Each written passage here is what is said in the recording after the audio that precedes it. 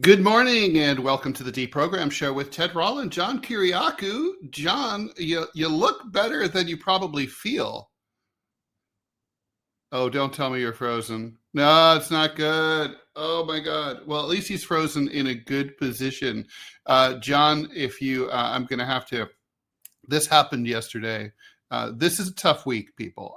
John is in Mexico with a bad internet connection. And he is probably going to have to come in on audio only. I'm going to just go in and text him right now. I'm really sorry about this. Let's see. John, you are frozen. What on earth? Private chat. Where are you? Oh, there's John. Hey, John. That was quite the intro. At least you were frozen in a good position. You can probably see yourself now. I'm taking you out. So, that's a very strange thing. Anyway, yeah, sorry about that. It's good to see you and hear you. You look like you're in a beautiful place. Either that, or you look like you're in like Rambo 2 as a prisoner of war. I'll show you the view here over the Sea of Cortez at sunrise. Wow, it really is beautiful, but it seems like the beauty is proportionate to the difficulty in getting an internet signal. and the ubiquity of tarantulas. I'll tell you, I killed a scorpion in my room last night. Oh, and no. it wasn't a huge one, but it was still a friggin' scorpion. And so I barely slept a wink. Was it like in your bed? Was it in your shoe? No, it was on the floor. There are little cracks under the doors, which I guess right. Nobody thinks are important enough to try to do something about. And so, yeah, they just come in. They should put those, they should glue those rubber scrapey things at the bottom. Exactly. I shake my shoes out every morning before I put them on to make sure no tarantulas or scorpions have taken up residence in them. Yeah. Or brown recluse spiders. Those are also just as bad. Good times, for sure. Anyway, good to see you. Just for everybody, little housekeeping. Please like, follow, and share the show. You're watching DeProgram with Ted Rall and John Kiriakou. It's Wednesday, October 15th, 2025. And thank you for your support. We are still working on YouTube. If you'd like to donate to the show, the URL for PayPal is deprogrampodcast@gmail.com. Those of you who've already done so, thank you so much. Thank you. We have lots to talk about, and so we're just going to get into that. Also, thank you very much for the first donation of the day. Came over on Rumble from E.F. Huso, who's donates $1 to say, "Go Dodgers." So go Dodgers. I have no opinion on these things. I used to be a baseball fan, but I have to say that as an adopted New Yorker, I hold resentment to the Dodgers for having abandoned Brooklyn. Anyway, so let's get to it. Lots to talk about. There's this weird war over the corpses of dead Israeli hostages. We'll get into that. Trump has now taken out a 5th boat off the coast of Venezuela. Things are getting even vaguer from the Defense Department about who these people are or who they supposedly are, or what they're supposedly doing. John, I'm proud of us here on the show. We've been we did God's work on Madagascar. We were on top of the case, that's for sure. And Madagascar, as we predicted, has now been officially, the president's been deposed. There's a military coup. The Gen Z protest, basically the question now is, will the Gen Zers get their country back from the military? Right. Sometimes they do, and sometimes they don't. That's how these things go. We'll talk about sort of the aftermath of a military coup and why military coups happen. Got to laugh a little bit about the Telegram, the leaked Telegram chats from the young Republicans who had all sorts of, depending on your point of view, spicy or racist and anti-Semitic things to say. Right. And obviously the situation in Gaza continues, and anything else y'all want to talk about is on the schedule. So what shall we do? I would like to talk about one other thing, Ted. The FBI made quite an important arrest last night. This was of a Washington area man named Trellis. Anyway, he's being charged under the Espionage Act. I'm surprised at how much information the FBI released in its affidavit that was shared with the Washington Post. This guy was an aide to the U.S. ambassador to India, Blackwell, during the George W. Bush administration. Then he went to the National Security Council. Then he went to the Pentagon as a contractor and advisor. Turns out he's been spying for the Chinese the whole time. Wow. The FBI followed him to dinner with Chinese intelligence officials in Washington 3 times in the last couple of months. Oops. And in the most recent dinner, he arrived with a manila envelope that had something in it, and he left without the manila envelope because he had passed it to the Chinese. So they grabbed him. Now, normally in these cases, they'll release you on your own recognizance, or they will release you on a surety bond. You just have to promise that if you run away, you're going to pay the $250,000 or whatever it is. They're holding this guy pending a hearing on the 21st. So this is kind of a serious espionage case. This is not a case of whistleblowing.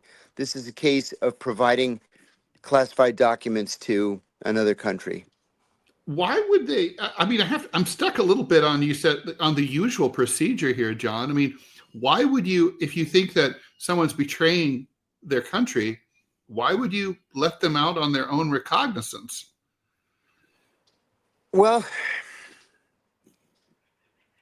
honestly, I think because most of the people that are charged under the Espionage Act are whistleblowers, and the judges know that they're not risks, that this is a whistleblowing case, but the law is the law, the way it's written, or at least the way it's been interpreted, and yeah, I think they just kind of let you go on your honor that you're not going to be so angry and so upset that you just call the Russians or the Chinese or the Iranians or something, or the Israelis, and they let you go. Is it really dumb spycraft to go meet your handler at dinner in a public restaurant? 3 times. Same restaurant, really. Different restaurants?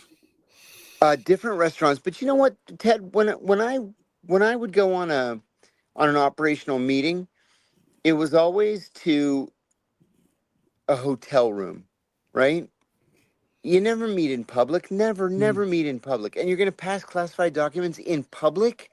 Yeah, and there's cameras everywhere with facial recognition technology everywhere. Unbelievable. So, not that bright.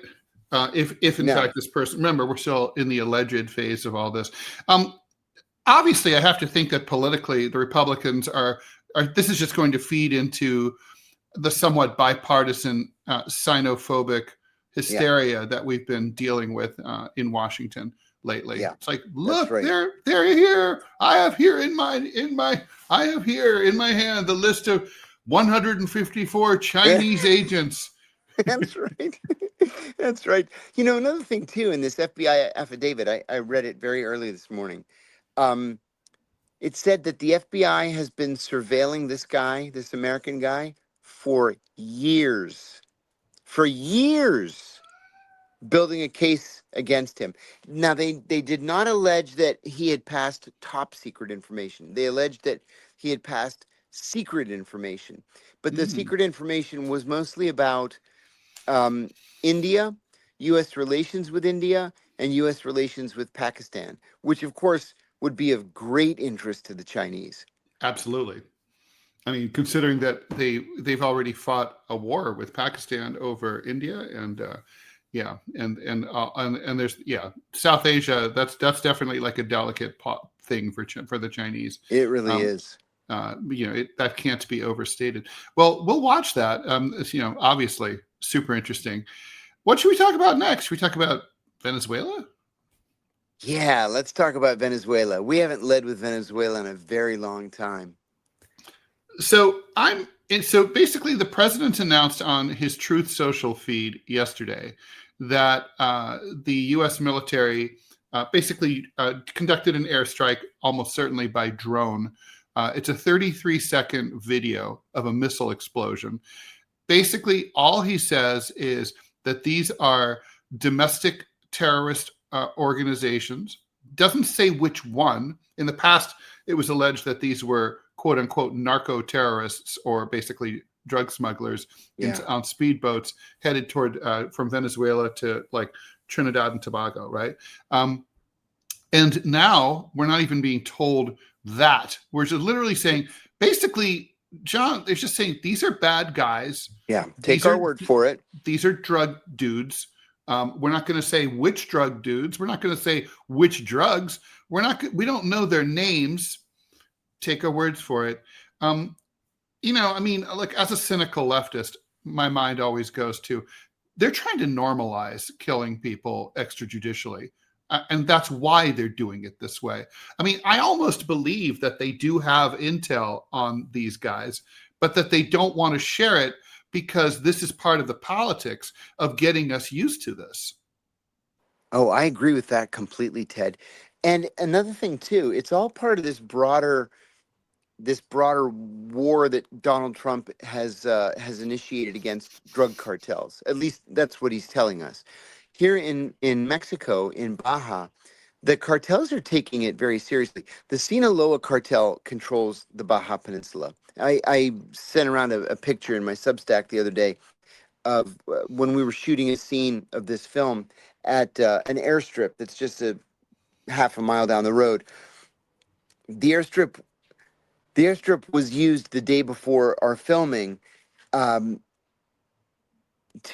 apparently to pick up or drop off a load of weapons, and the federales were waiting for them, and there was a shootout.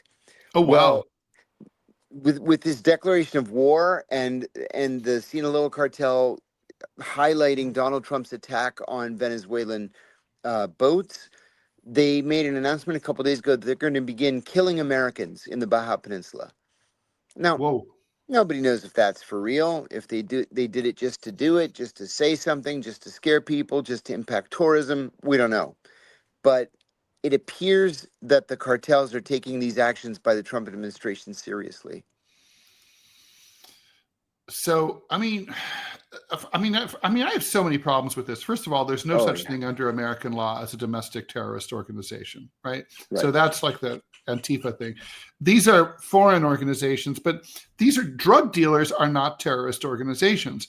No. Drug cartels may be nefarious, but calling, and it's in the same way that calling illegal immigration, even if it's a wave, calling that an invasion doesn't make it an invasion. It's not an armed force. And it's like, this is not, it's not an invasion. It's like basically they're using cable news hyperbole as policy. Mm-hmm. And I mean, we know from the past that it works. I mean, the whole term enemy combatant, which it does not exist in US or international law, was made up out of whole cloth by the Bush administration during the war on terror. And now it's widely used. The term detainee is a great example of that. Prisoners, they're prisoners. It's like, or inmates, if you prefer. Yes. Although I think inmates is an insulting term. I always said prisoner. When I was in prison, I always described myself as a prisoner. I would never ever call myself an inmate. Inmate's an insult, right? It's like the corrections officers use that as an insult, right? Yeah, they do. Yeah. Although it didn't really start out that way. So Robbie says he has some housekeeping to put out today. We'll get to that. Well, Robbie, go ahead and do it, and then I imagine we're probably due for. Are we due for an ad? We probably are. Yeah. Go ahead, Robbie. Howdy, y'all. So just real quick. First, I am back from a vacation. It's very nice. Thank you for asking. It's welcome fabulous. Back. Yeah, thank you.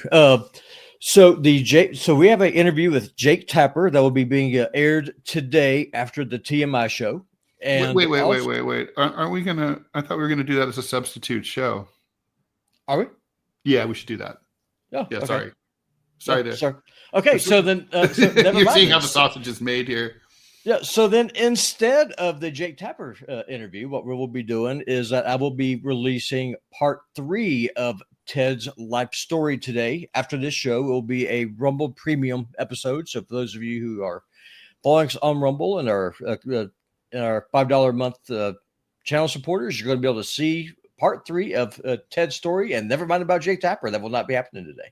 Sorry about that. We'll do Jake Tapper like maybe later in the week or next week when John and I both need a day off, and we'll air that. Okay, thanks, Robbie. I'm ready for the ad whenever you have it for me. All right, I will get for you here in just a second. Thank you. You're welcome. Okay, so this is about normalization, right? I mean, Yes. I mean, what are they trying to get us used to? I mean, look, we're seeing U.S. troops on American streets. Things are getting serious in Chicago.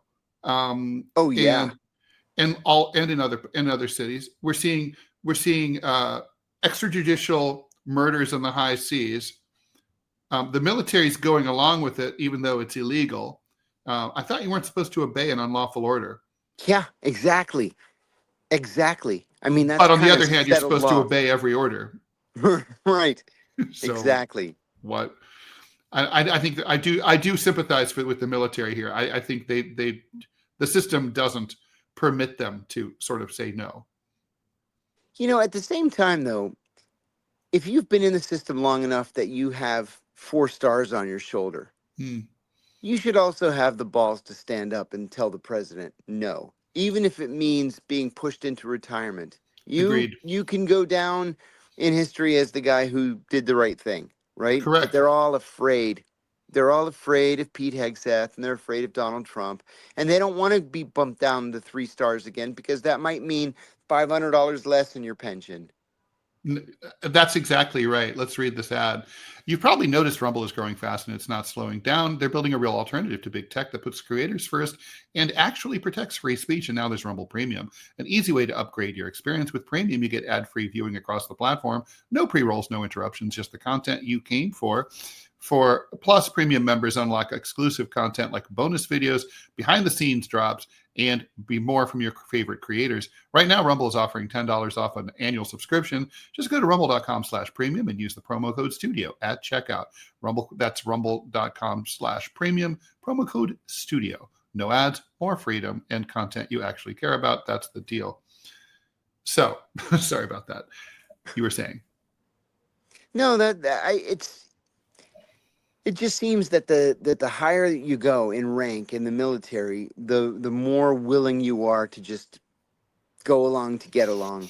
You don't want to jeopardize everything that you've built. You've got this giant pension. You're used to the fancy cars with a driver and an assistant and the giant house on base, and they just don't want to upset the apple cart. And it's a shame, because every once in a while, you need people with the guts to stand up to a president.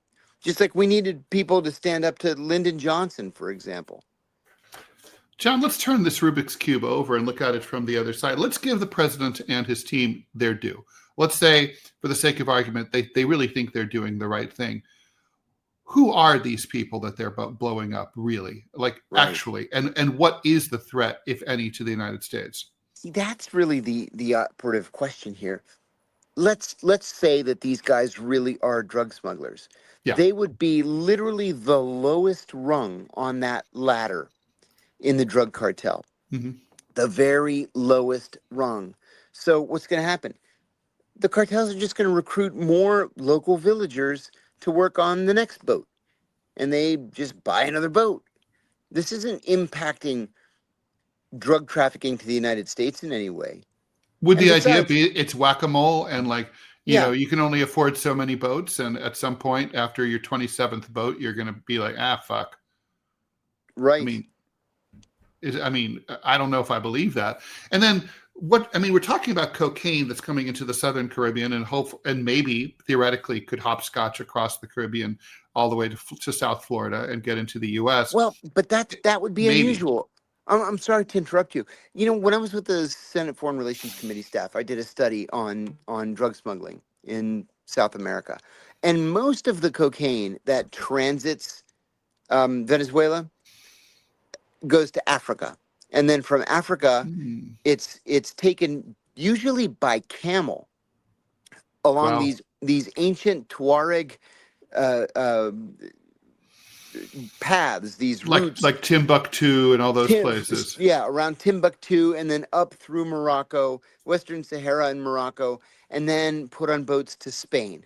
And once it gets to Spain, these doggone bugs in this. Anyway, By the once it way, gets we did speaking of the bugs, one of our listeners, Razmataz, said, "For the love of God, even if I don't get a chance to ask John another question for the rest of my life, tell him the smaller the scorpion, the more deadly." Oh, and I went to step on it and like put its little pinch your tail up like it's gonna ugh. Mm. Anyway, they're everywhere. We were on set the other night, and tarantula came out. It had to be 6 inches across. Oh It's the shit! biggest. I've seen several since I got here, but this thing was it was like the king of the tarantulas, and I didn't know that they can jump, and they'll jump like right at you. Oh yeah, They can jump 2 feet in the air. yeah. Did it do that? No, it ran back into its hole. Yeah. There are these holes. They're like big holes like this. Oh yeah. And in my mind, I'm like, oh, there's a snake. It's not a snake. It's a friggin' tarantula. Well, sometimes they build mounds in some places too, like in Arizona. Yeah. We've seen 2 rattlesnakes. Never in my entire life have I ever seen a rattlesnake. Now I've seen 2 in 2 weeks. Everything bites, stings, and hurts you. It's terrible. And It there's no sucks air your blood. conditioning, so you have to sleep with the windows open because it's so ungodly hot here. And the mosquitoes are so happy about that. Oh man, I'm swimming in off right now. You have all the cancers now. Seriously. Oh, that's like insane. So, but okay, so it's cocaine. All right. Right. So what is the president really on about? Like, I mean, seriously, I mean, it's our nature as journalists and as skeptics and and as lefties to think, well, the systems, they're not up to any good. But like from their point of view, what is this about, really? Do you remember when Donald Trump became president the first time? He wanted to do something to make himself look tough and decisive. Mm-hmm. And he bombed Syria and killed 3 or 4 people. I think we're seeing a similar situation now where he wants to make it look as though he's having an impact on international drug trafficking. So he declares war on the cartels. He adds the cartels to the State Department's list of terrorist groups. He starts shooting at what he alleges are drug boats off the coast of But he can't Venezuela. go after them in Mexico where they really do threaten the United States because Absolutely that not. would ruin our cooperation with a very friendly government of Claudia Sheinbaum.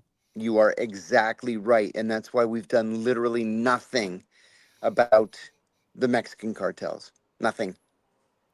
So you think it's purely symbolic? I do. I think it's symbolic. And again, it makes him look like he's tough by killing people who are supposed to be drug smugglers.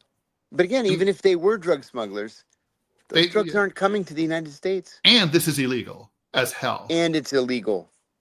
Yeah. That's right. I mean, now we're talking about how many 27 people have been murdered so far. Yeah. I mean, how many of them are fishermen, Did you happen to see the comment that he made the other day about not going to heaven? No. He made a comment 3 or 4 days ago.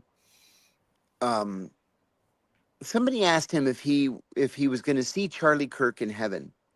Oh, and God. He said very matter-of-factly, I don't think I'm going to heaven. I think it's probably too late for me. Yeah. Wow. How do you like that? And by the way, we don't know where Charlie Kirk is. Nobody knows. No. You know, all of my colleagues who draw obituary cartoons that seem to decide, oh, you're by the pearly gates with St. Peter, or you're with the other guy downstairs. It's like, you don't know that, right? Assuming this is all true, you don't know. I saw a Far Side comic the other day. I love the Far Side. Of course, they're all repeats now. But Gary Larson drew this comic where there's this long line of angels, and God is giving them out harps. And so he says, "Here's your harp," and then in the other half of the devil is handing out accordions, and he says, "Here's your accordion." I know that is really funny. Although the thing is, I like the accordion, but of course, I'm a French citizen. My dad played the accordion his entire life. I think the accordion's cool, and I like it, and it's a weird instrument. So let's see. Real is asking me, can you give a news outlet industry insider opinion of the new Pentagon reporting restrictions and why major outlets are refusing? This is a good question, John, and I'm sure you have stuff to say about this too. So basically, for people who haven't been following it, and I think no one's going to care, basically. But what's happened is that Pentagon credentialed reporters have been subjected under the new administration to a whole series of restrictions about what they're allowed to report on and what they're allowed to talk about and what they're allowed to source. And basically it boils down to they would have to check with the Pentagon before they send anything out. These restrictions, by the way, do exist in other countries. Pardon? Yeah. Even based on unclassified information.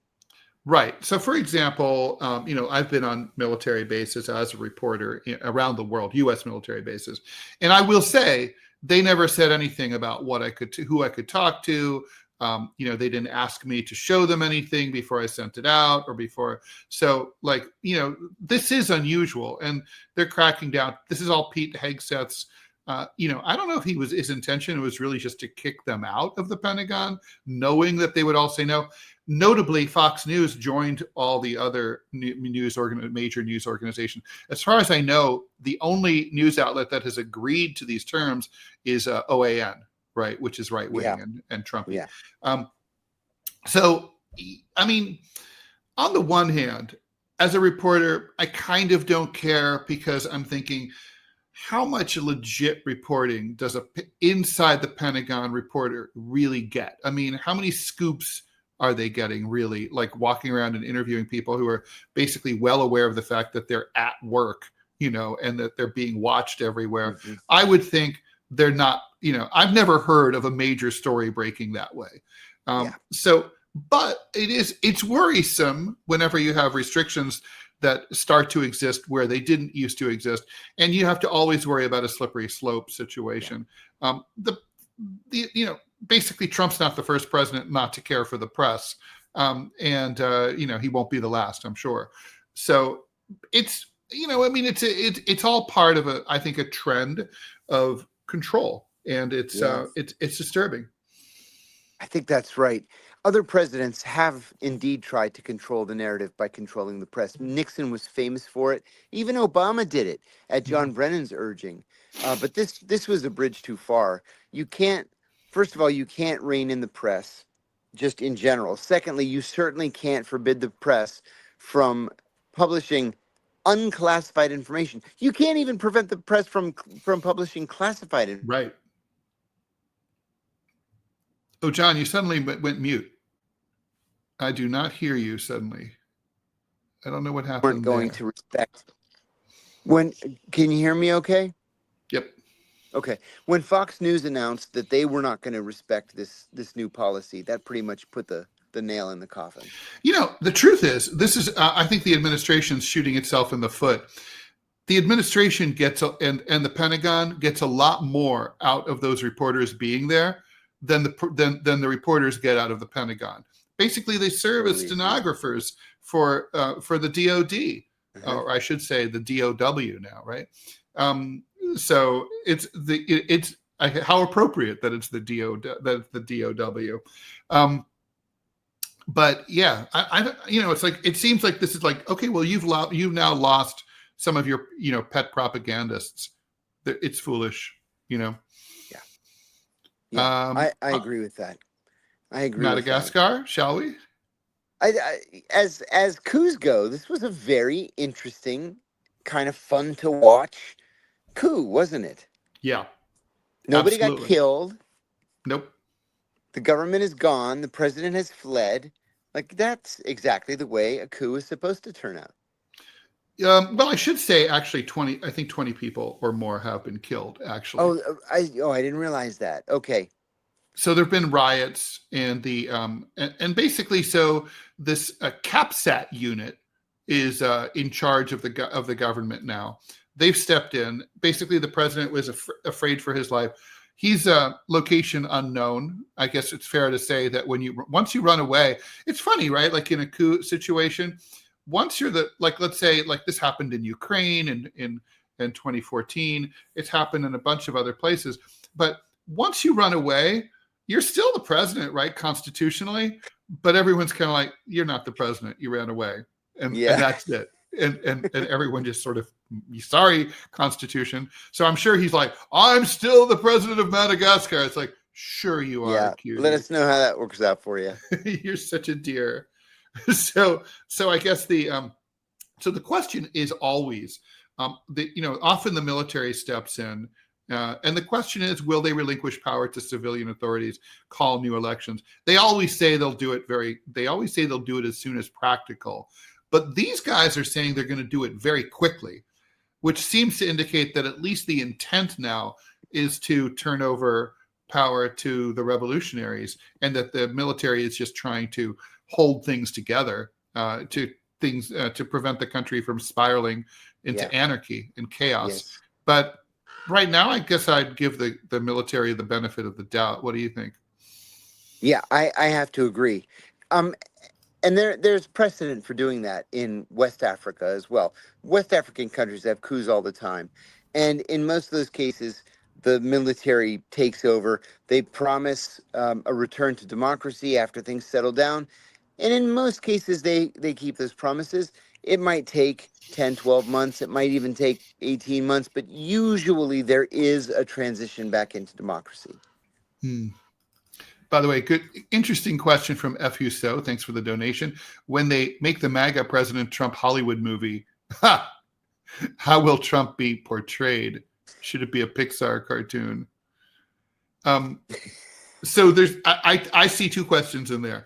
The MAGA movie will be full of CGI to make him look bulky and like better looking and with more hair. But I really want to see like the Downfall type movie where it's like really just realistic and just shows some of the key moments that happened in the administration from the inside as best as we know, kind of like the way The Crown was done, like just like cinema verite as much as possible. Yeah, I think that's right. And I think that probably somebody's going to give into temptation and will try to adapt Trump's niece's book. What's her name? The former judge or psychologist. That's what Mary Trump. Try to adapt her book, saying that her uncle is insane. Yeah, I don't actually believe that he's insane. No, I don't either. No, I believe he's a narcissist, like an extreme narcissist. But yeah, I agree. I don't think he's insane. Yeah. And I think behind closed doors, he's probably far calmer than people think most of the time. Although he has a temper, as we know from that plate of, what was it, ketchup that like ended up on the wall. Yeah, it's good to be king, I guess. Okay, we got to talk about Gaza. So even as we speak, so under the terms of the 20-point plan, which is obviously the most fragile of all possible fragile agreements you could have. The Israelis promised to reopen the Rafah border crossing to Egypt, which is a major entry point for aid, for the obvious reason that like the Egyptians aren't going to be blocking aid the way that the Israelis are. And the Israelis have now reduced the amount of aid going into Gaza already by 50%, in retaliation for Hamas being slow at turning over the 38 bodies that they promised. Some of them have been returned. Hamas is saying, look, we're having trouble finding them. A lot of the places buried in the rubble. They're in the rubble. In some cases, we took note of where they were, but unfortunately, the place was subsequently bombed by the IDF, and we can't find the bodies anymore.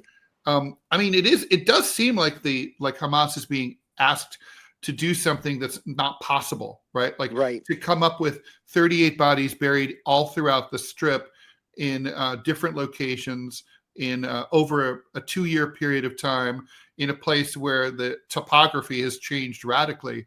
And in many cases, the bodies may not even exist anymore, right? That's right. That's And right. I A mean, lot of time has passed.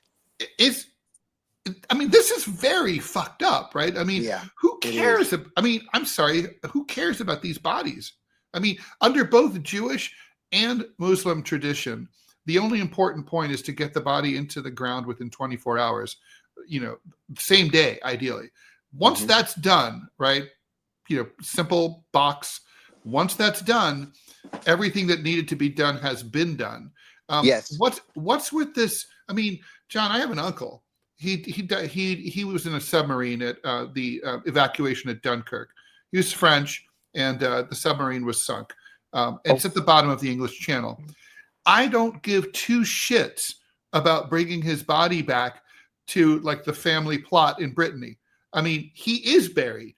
He is buried now. He's where he needs to be, and he should stay there. And no one should risk so much as a paper cut to try to get him out.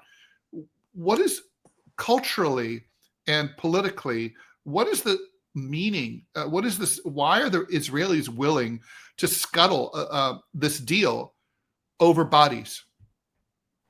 This is the Israeli way. This is what they do. They'll make so many demands that you get overwhelmed, and then they'll make demands that you just simply cannot fulfill, which gives them a reason to break the ceasefire and to begin attacking again.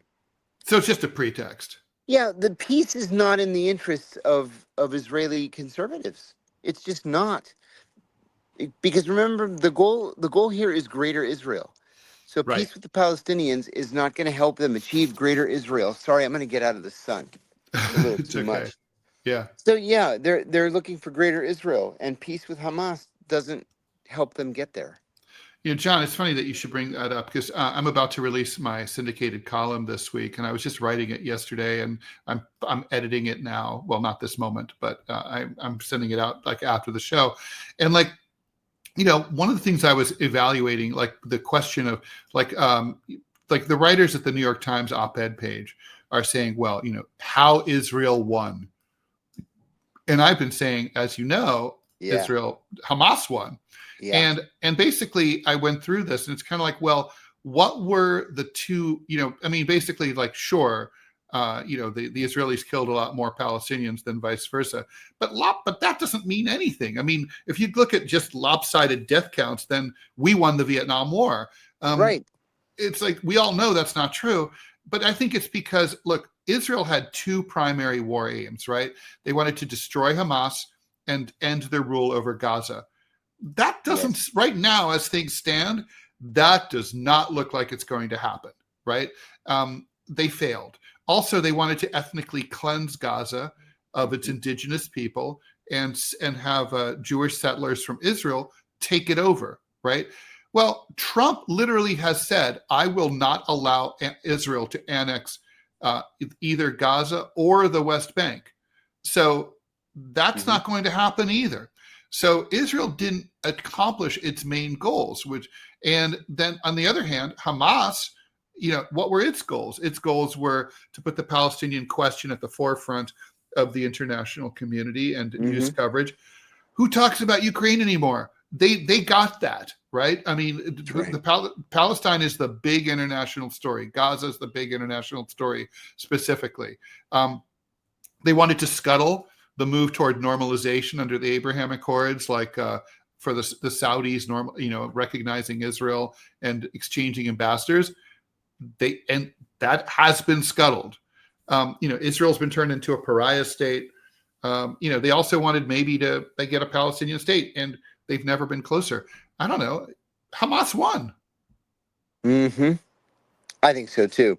I note in the chat that our friend Mark Sloboda has a different analysis. He believes that Hamas lost, but I believe Hamas won for the same reasons that you cite, plus the fact that there still is a Hamas, right? Yeah, they survived. They survived it, and they're in a position. And they're in a position to kill their rivals now, which they're now doing. Yeah. So there was a shootout just day before yesterday between Hamas and tribal leaders. And they're and now they're in their spiffy new uniforms. They've got cars. I mean, they're rocking it. mean, you got to hand it to them. I mean, it's not Yep. my cup of tea, but you know. And on top of all that, how many more countries decided to recognize Palestine? Right. Yeah. Now Through this we're whole at process. 150, 155 or something like See? that. Yeah. No, for sure. But I guess the question now is, so you don't think the Israelis really do care that much about the bodies? No, I don't. I think it's a PR ploy. And so obviously, now Israel is saying, perversely, that they know where the bodies are buried. Okay, go get them. They control Gaza. Go get the bodies. Yeah, or tell Hamas where they are. Yeah. Yeah. So No I thought it problem. was also interesting that in this interim phase right now, the Trump administration has been talking to Hamas, and Hamas has told them, we want to maintain law and order. We'd like to do that. And Trump said, "Oh, for the time being, that's fine with me. You can do that." This reminds me a lot of Biden's pullout from Kabul, where things were starting to get there was a little early signs of looting and anarchy, and the Taliban approached the U.S. and said, "We'd like to come in to Kabul and create security checkpoints," and the U.S. said, "Okay." I mean, I think this level of cooperation happens a lot more than people think. Yeah, without any question. There's a lot of cooperation that takes place.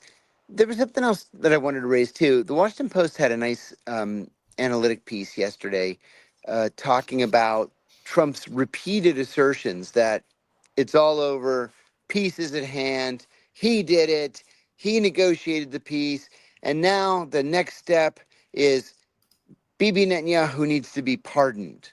It's like, no, you haven't solved anything. This is not a peace deal. This is a ceasefire.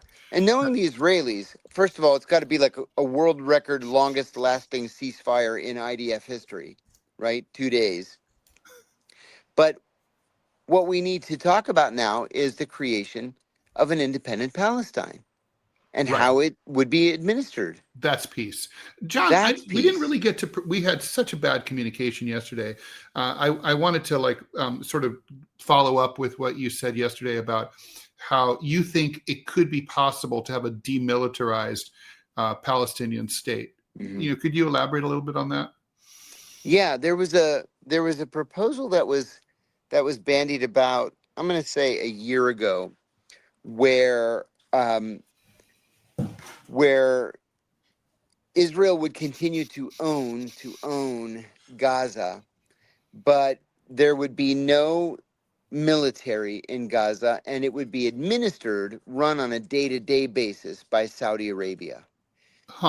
Nobody endorsed that idea, but nobody necessarily rejected it either. And I think it might be the basis for talks going forward. Continued Israeli occupation of Gaza is just not going to work. That's a non-starter. No. So the Israelis need to leave.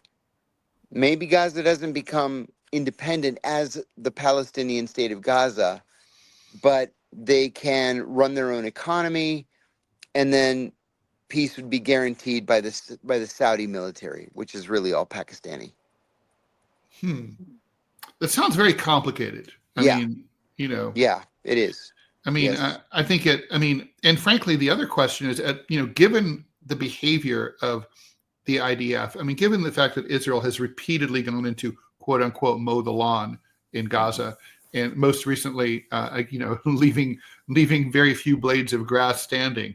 Are they, I mean, I think there's a really kind of like a credible case to be made that, whoever, whether it's Hamas or whatever Hamas morphs into, that government of Gaza is going to need a military presence to defend itself from the Israelis. I think that's right.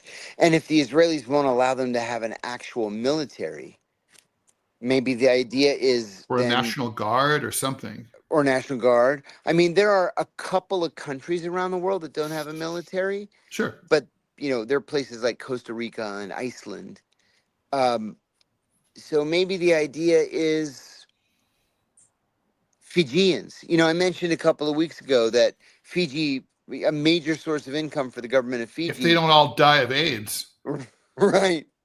If they don't all die of AIDS, they can be international peacekeepers. Yeah. So who knows? I don't know. Let's talk about the Young Republicans. So basically, there's a 7-month-long Telegram chat from young Republicans from New York, Kansas, Arizona, and Vermont. And they all have, they used words like nigga, N-I-G-G-A, used by Kansas Vice Chair William Hendricks, calling Black people monkeys and watermelon people. And New York Vice Chair Bobby Walker said that, joked that rape was epic. It's in that vein. These are, I have thought a lot of thoughts about this, but it's, basically a lot of these guys are being pushed out of the Young Republicans. They're being purged, and the party has to, say that they're outraged and disgusted by all this. I have a different take, John. I don't think that kind of language is acceptable, but it's like, these are kids joking around. There's a lot of sarcasm. This is a lot of Gen Z kind of irony here. And I think it's stupid to read these things like as literally as the way the media has been reporting it. And then the other thing is, to me, the big reminder here is the need for privacy. John, you and I we communicate about this show on Telegram, and why do we like Telegram? Telegram is encrypted end to end, supposedly, and it's private.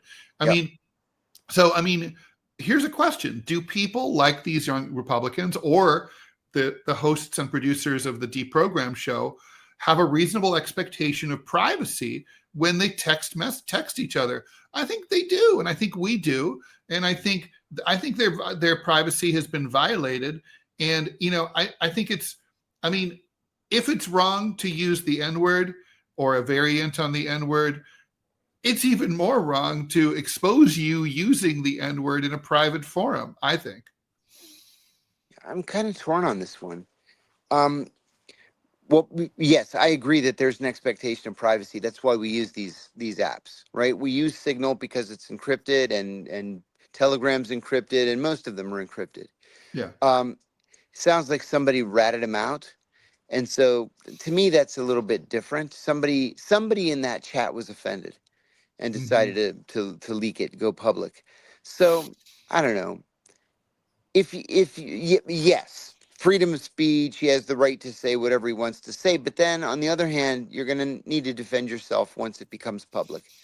So for me, if I were going to use language like that, I wouldn't use language like that in a I don't either. In a forum. I know that if you leaked everything that I've ever written in any form, you wouldn't find that stuff. No, it's like I used to say about Mel Gibson when he had his anti-Semitic rant, and it's like, he's like, he was drunk and high. Okay, well, I've been drunk and high, and I never said anything like that because that's not in there. That's right. But that said, I wouldn't want all my private communications leaked, and I wouldn't want, all of even, I don't think, I'm sure there's stuff that we've joked around about in our Telegram chat that I just wouldn't want in public. Agreed, man. I agree. So, I feel like it's sad. Like these days, even in dating, there's like, there's the whole hetero, what is it called? Heteroskepticism, right? That like women are expressing that men don't go out at night, men don't date, they're afraid of women following the Me Too movement. And one really interesting article said that a lot of men are afraid to get into relationships with women because they're afraid that like their private chats will end up being, screenshot and put on Instagram or something, where everyone can see them, and basically they think women are trouble because of that. And I think what I would like there to be is a social norm where where outing private communications just because is like not okay. Like under certain circumstances, like to expose like severe law breaking, like, oh, this person's a pedophile, sure. But like, No problem. but for something else, it's just like to embarrass this person's a jerk. Like there, I don't know if they still exist, but there were websites where women would review their dates and put their names and say, like, I went out with John Kiriakou, and he was a gentleman, he held the door, but he didn't pay the bill, or whatever. Like he said something jerky and about the Cincinnati Bengals. I got pissed off. I mean, so it's like, you shouldn't have to live in a world like that, where it's not only the government is constantly surveilling us, but we're surveilling each other. What kind of society do we live in now?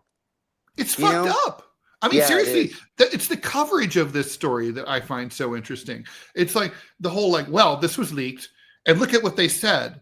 And I'm like, okay, I'll do that. But also let's talk about the leak, like the fact, I mean,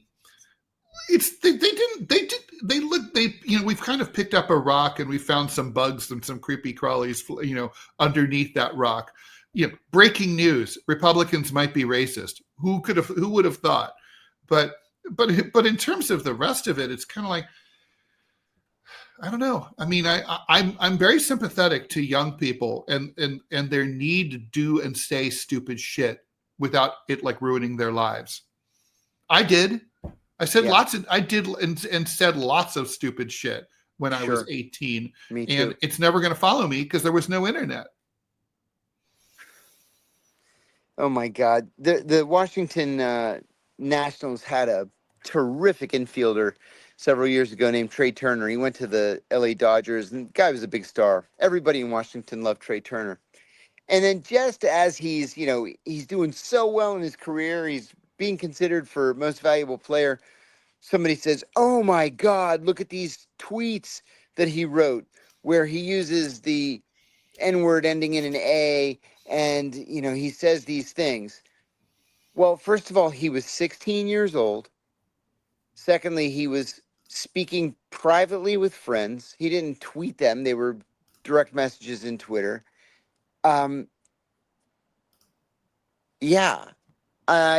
probably wouldn't use the same language today, but he was 16 years old at the time.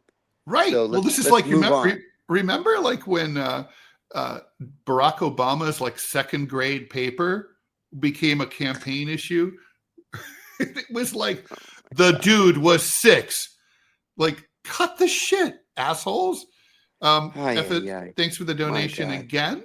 F you so. The internet rewards shock value, which these Gen Z kids were raised on, for sure. Yeah. And guess what, John? We are number 6 on Rumble in the nation right now. So that's good.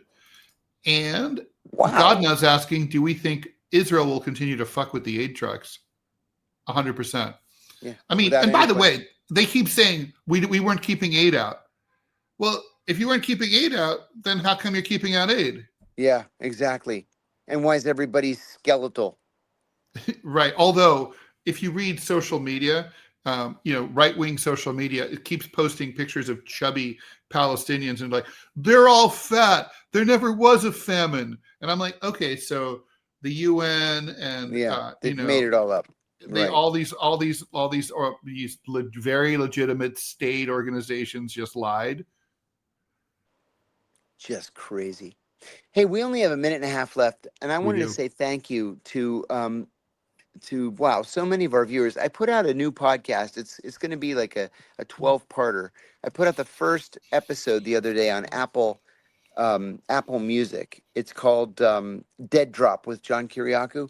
We didn't do any advertising at all, and we are 99th in the nation on Spotify and Apple Music, and that's having it out only 4 days. Congratulations, John. What's the focus of Dead Drop? It's called Dead Drop, What Makes a Spy Tick. Ooh. And so the first episode is just my family up until the day I'm recruited at the CIA. Very, very cool. So thank you for all that, everybody who's listened. Producer Robbie has a question for us about the Chicago stuff before we bow out. in the next 45 seconds. So what do you think, John, about what's going to the situation in Chicago? I think Donald Trump's going to be forced to back down. I think that the federal judges are saying, no, you can't do this. There's no reason to do it. I think Chicagoans are far more willing to actually fight than people in, say, Portland or LA even. Yeah. And I think this isn't going to be worth the trouble. Yeah. The Portland. No, I mean, and people are going to die even more than they already have. All right, John, thank you so much. Please like, follow, and share the show. Thank you to all of you for liking and following and sharing the show. Thank you to producer Robbie West. We will be back tomorrow on Thursday, 9 a.m. By the way, that's the new time for the show, Monday through Friday, 9 a.m. Eastern time.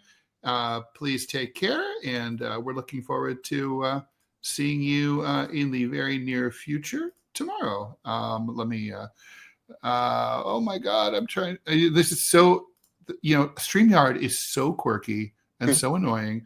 And then, okay, here we go.